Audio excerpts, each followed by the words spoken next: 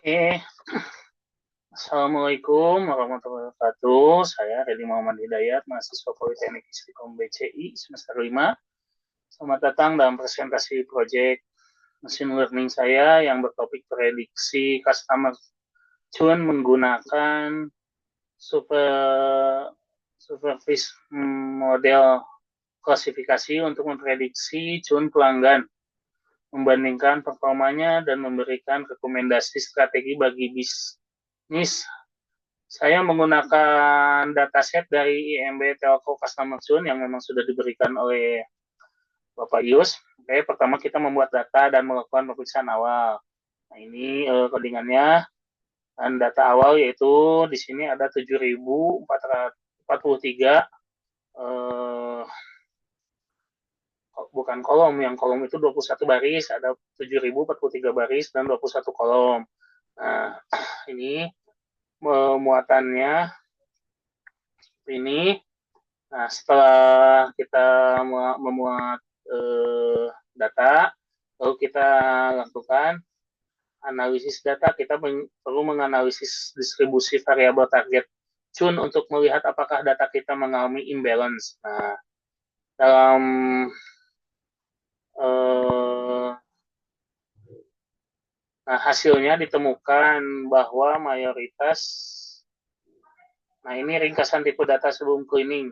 Ya, tadi yang 7.043 ya, 21 kolom. Nah, ini yang sudah di cleaning itu ada 7.032 dan 21 kolom. Oke. Nah, ini yang sudah di cleaning. Ini kan yang belum di cleaning. Nah, lalu kita perlu menganalisis distribusi variabel target. Target yaitu cun untuk melihat apakah kita mengalami imbalance ya. Hasilnya ditemukan bahwa mayoritas, nah ini ditemukan mayoritas pelanggan tidak cun atau no. Nah, itu untuk melihat apakah eh, tidak cun atau no sebanyak 5.000.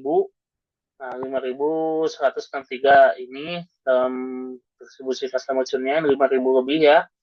Terus untuk yes cun ada di 1.869. Ini berarti ya. Nah, oke.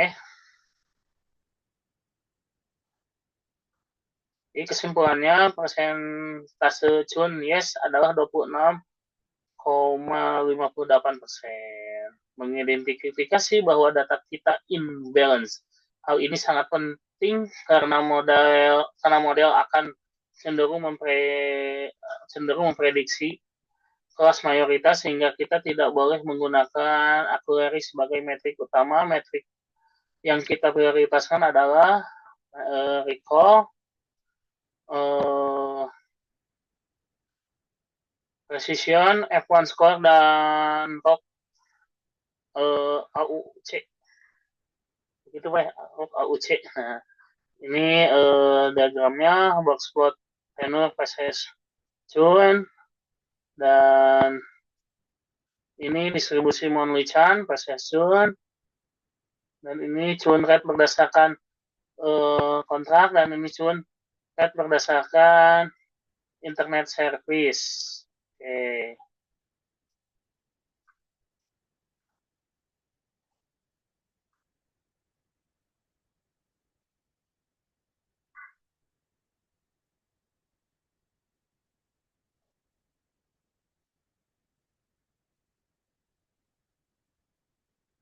Nah, ini kita akan melakukan encoding variabel kategorikal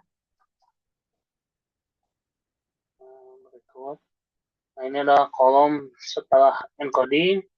Jadi gender, senior citizen, tenure, monthly chart, total chart, June. Nah, ini ada. Oke.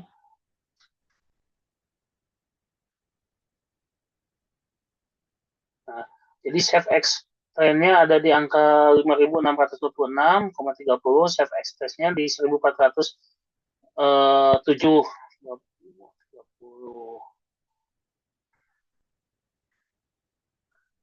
Nah, ini confusion metric logistic regression.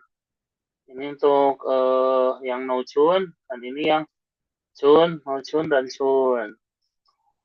predictable ya, metric logistic regression. Nah ini data yang keluar, F1 skornya di angka 6099 ya. Nah, ini menggunakan random forest, conversion metric random forest, metric random forestnya, nah F1 skornya di kisar 5625 recall equality-nya, nah sudah. Nah, ini adalah tabel perbandingan model. Nah, jadi ini adalah tabel perbandingan model.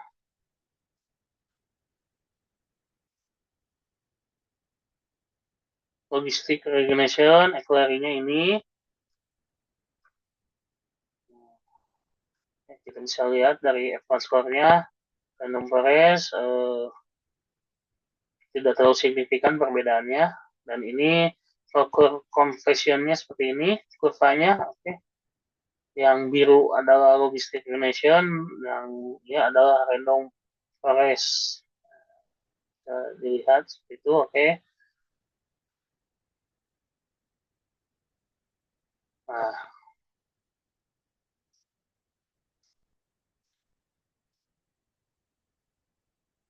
ini adalah top 10 feature important random forest. Nah, dari total charge itu paling atas ya, tenor yang kedua Monsad, yang ketiga itu tiga terbaik peringkatnya. Nah, oke. Setelah itu eh, pilihan model terbaik untuk intervensi dan rekomendasi bisnisnya berdasarkan perbandingan metrik, model random forest atau model dengan nilai RO OC tertinggi adalah model terbaik. Model ini menunjukkan kemampuan diskriminasi yang superior antara pelanggan yang akan cun dan yang tidak. Analisis metrik kunci. Nah, recall sensitivity mengukur beberapa banyak pelanggan cun yang berhasil dideteksi nilai recall yang tinggi penting jika perusahaan ingin menangkap semua pelanggan beresiko. Nah, ya analisisnya ya. Precision mengukur beberapa akurat prediksi cun tersebut nilai precision yang tinggi penting jika perusahaan memiliki budget retensi yang sangat terbatas dan harus menghindari false alarm. Tujuannya maximize confidence. Oke, nah untuk jawaban pertanyaan bisnis, oke, pertanyaan pertama, fitur apa yang paling mempengaruhi cuan? Berdasarkan fitur important dari Random Forest, fitur-fitur yang paling mempengaruhi kemungkinan cuan pelanggan adalah satu, kontak month to month. Ini adalah prediktor cuan terkuat. Kontrak bulanan menunjukkan kurangnya komitmen jangka panjang. Tenor, durasi pelanggan berlangganan, pelanggan baru atau tenor rendah berada pada risiko cuan yang sangat tinggi.